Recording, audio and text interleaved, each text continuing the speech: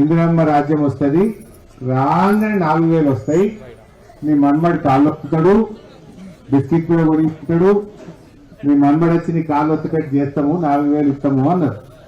అన్నారా? ఇక పోచమ్మకు అప్పుడు కేసీఆర్ 2000 ఉంటే 2000 ఇచ్చిండా? 2000 ఇచ్చింది కదా కేసీఆర్. మరి ఇప్పుడు పోచమ్మకు 4 వచ్చినాయా? వస్తూ నాయనే కదా సార్, ఇక్కడ రాలేదు. 4000 వచ్చినాయి ఎవరికన్నా?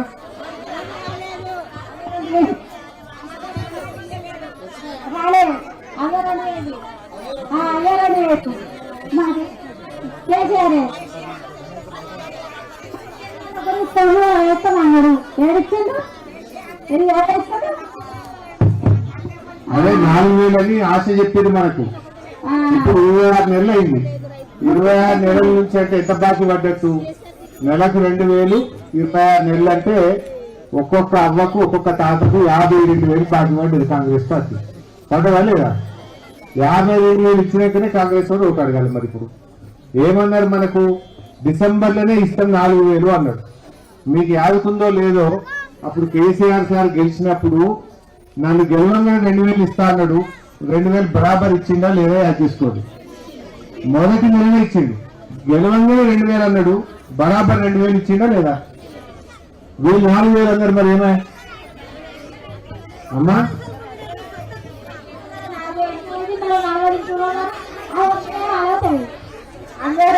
కేసీఆర్ ఇచ్చిన 2000తోనే బతుకుతున్నమ్మ. కొడుకు కూడా గంజి పోస్తలేము. ఆయన భగవంతుడు, నాకు ఆయన దేవుడు. అయితే మా అక్క చెల్లెలకు నేను ముచ్చట ఏంటంటే, అక్క చెల్లెళ్లకు ఆసరగా, అవ్వా తాతలకు అండగా బీఆర్ఎస్ పార్టీ మేము గట్టి కొట్లాడుతున్నాం. ఏమని? బిడ్డ 4,000 ఇప్పుడు ఇస్తామని రోజు అసెంబ్లీలో అడుగుతున్నాడు. మరి చెప్పింది అప్పుడు కేసీఆర్ సార్ కూడా ఏమన్నాడు? మళ్ళా గెలిపింది, నేను ఒక్కసారి 4,000 ఇయ్యా, ఒక ఏడాది 3,000 చేస్తా, మళ్ళీ ఏడాది 35,000 చేస్తా, లాస్ట్కు 4,000 చేస్తా అని కేసీఆర్ చెప్పింది. వీళ్ళు ఏమన్నారు? ఒక్కటేసారి 4 ఇస్తాను, ఇక డిసెంబర్లో 4 ఇస్తామంటే అందరు నమ్మి గెలిపించారు. గెలిచినాక మరి సపోర్ట్ చేస్తురా? మోసం అయిపోయింది. మరి ఇప్పుడు ఆ 4,000 ఇవ్వకుండా ఇప్పుడు మళ్ళా ఓట్లకు వస్తారట కాంగ్రెస్. ఏమనుకుంటారు? అక్క చెల్లెలకు ఏమో చేతిలో సీరగట్టి అయిపోయా, ఓ 2,000 ఇస్తే ఓటేస్తారని అనుకుంటారు. మనం వాళ్ళకంటే తెలివికల్లా ఉండాలి. 52,000 బాకీ పడ్డావు రేవంత్ రెడ్డి, మాకు 4,000 పెన్షన్ ఇస్తాను, 52,000 బాకీ పడ్డావు, అవి ఇచ్చినాకనే ఓటు ఇస్తామని అనాలన్నా వద్దాం మనం? అట్లా అయితేనే ఇస్తారు. నువ్వు మహిళలకు మీ అందరికీ మహాలక్ష్మి అన్నారు. మహాలక్ష్మి అంటే నెలకు 2,500 మీ బ్యాంకులలో ఇస్తామని చెప్పిందా? వచ్చినాయి ఎవరికన్నా?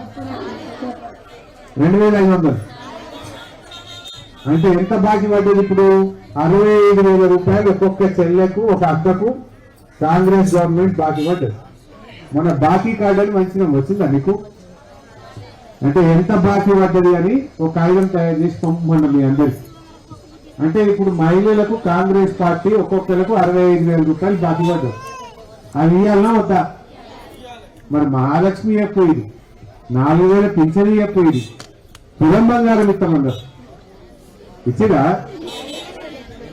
కేసీఆర్ ఉండగా ఆడపిల్ల పెళ్లికి 1,116 ఇస్తా అన్నాడు, బరాబర్ ఇచ్చిందా లేదా? అందరికి 1,116 ఇచ్చింది.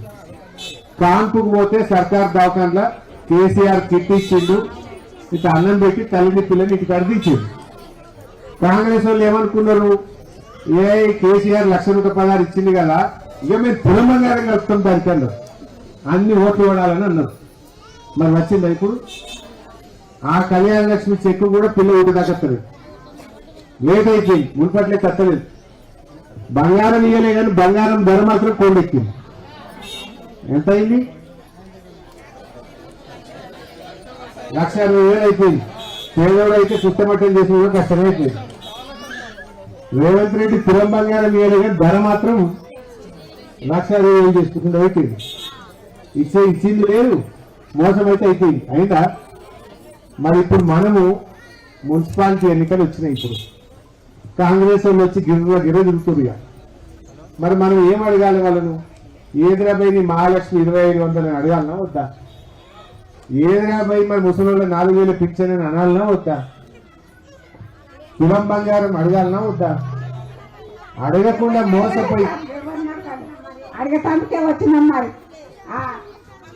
నేనేమంటున్నా అంటే మీతోని తప్పిపోయి మీరు వాళ్ళు ఇచ్చే చీరకో సారకో ఓటేసిండ్రు అనుకో, ఏమంటాడు రేవంత్ రెడ్డి? నేను 4,000 కొట్టినే నాకే ఓటేసిండ్రు అంటాడు.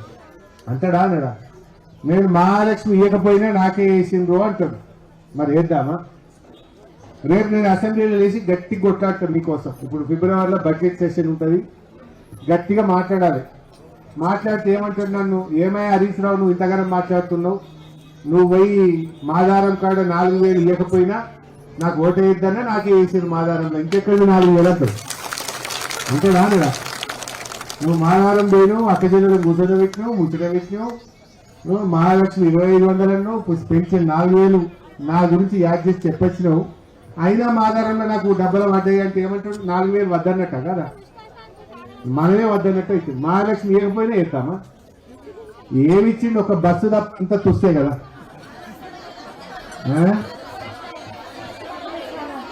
బస్సులు ఎక్కాలంటే భయం అవుతుంది. బస్సు తీరు బస్సు వేసింది, భయం అవుతుంది మాసకులకైతే. మరి ఏంటికి పైసలు ఇచ్చిన బస్సు భయముండే, పైసలు పెట్టి పోయింది భయముండే.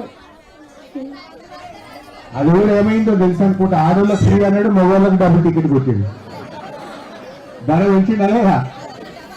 ఇక అయిపోయా, బాగా ఫ్రీ అంటే భర్త దగ్గర 5 రూపాయలకు 10 రూపాయలు వసూలు చేసి ఇక ఆడికాడికి అయిపోయిందా లేదా? అంత మోసం జరిగిపోయింది.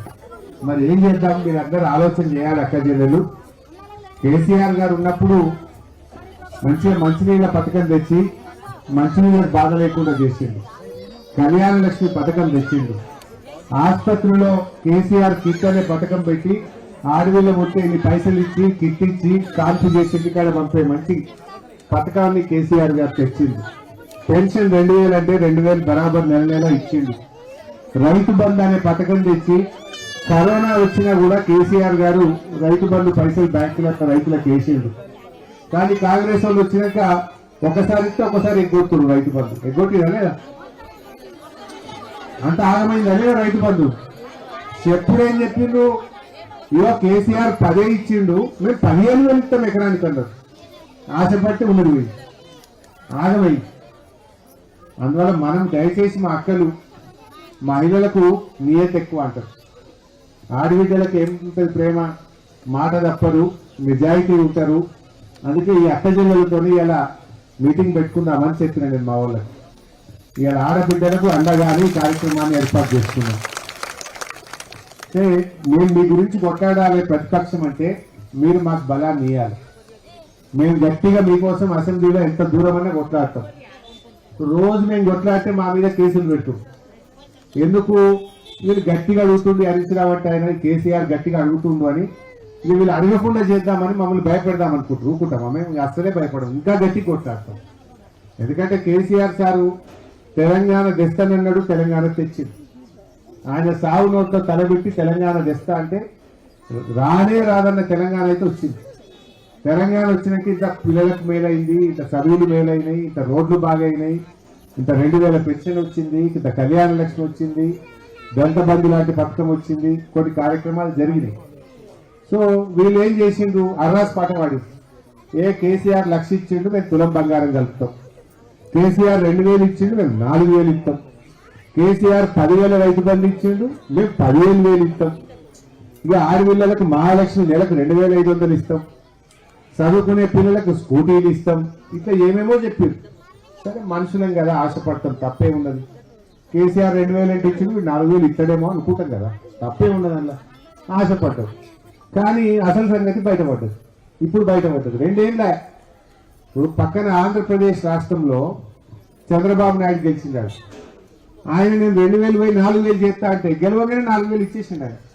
మరి ఈయన ఎందుకు ఇస్తలేడు? 4,000 ఇవ్వాలి కదా, మోసమే కదా, మోసం జరిగింది. మరి ఇప్పుడు ఆయనకు అర్థం కావాలంటే మీరందరూ కూడా అలా కొంచెం బుద్ధి చెప్పాలి. ప్రజాస్వామ్యంలో ఓటే గొప్పది. ఇప్పుడు ఆయన ఏమంటుండు? నాకే అంటుండు. ఈ 2 ఏళ్లలో మాదారం లేని పైస పరైందమ్మా. కాంగ్రెస్ గవర్నమెంట్ వచ్చినాక ఈ 2 ఏళ్లలో ఏమన్నా ఒక మంచి పని జరిగింది ఒక్కటి చెప్పుడు నాకు. ఓ స్కూల్ కట్టిండ్రా, ఒక రోడ్ వేసిండ్రా, ఓ నల్ల తెచ్చిండ్రా, ఇల్లు కూడా కొట్టిండ్రు. బరాబర్ చెప్పినారు అది కూడా నేను కొట్లాడి ఆపించిన. మీ వాళ్ళందరూ నా దగ్గరకు వస్తే కలెక్టర్కి మాట్లాడి బిడ్డ ఖబర్దార్ అంటే గట్ల సగం ఆగిన ఇంకా వాళ్ళకి కూడా మళ్ళీ కట్టిస్తాం ఖచ్చితంగా. ఎవరిలో అయితే కూలిపోయినాయో నేను తప్పకుండా మళ్ళీ వాళ్ళకి జాగ్రత్త ఇప్పిస్తాను, ఇల్లు కట్టిస్తాం. అయితే మీరు ఆలోచన చేయాలి, రెండేళ్ళు అయింది గవర్నమెంట్ వచ్చి, ఏమన్నా కొద్దిగా సవలత అయిందా అమ్మ? రెండేళ్లలో ఏమన్నా కాంగ్రెస్ వాళ్ళు వచ్చినాక మనకు పైసా సవలత అయిందా? బస్సు ఫ్రీ తప్ప. ఇక బస్సు అనేది కట్ట చెప్పింది ఇప్పుడు.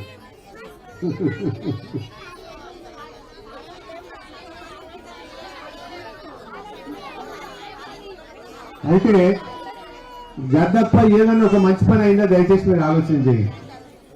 అందువల్ల మీరందరూ కూడా ఆలోచన చేసి మరి మన కారు గుర్తును గెలిపించుకుంటే నేను గట్టిగా మీకోసం కొట్లాడతా.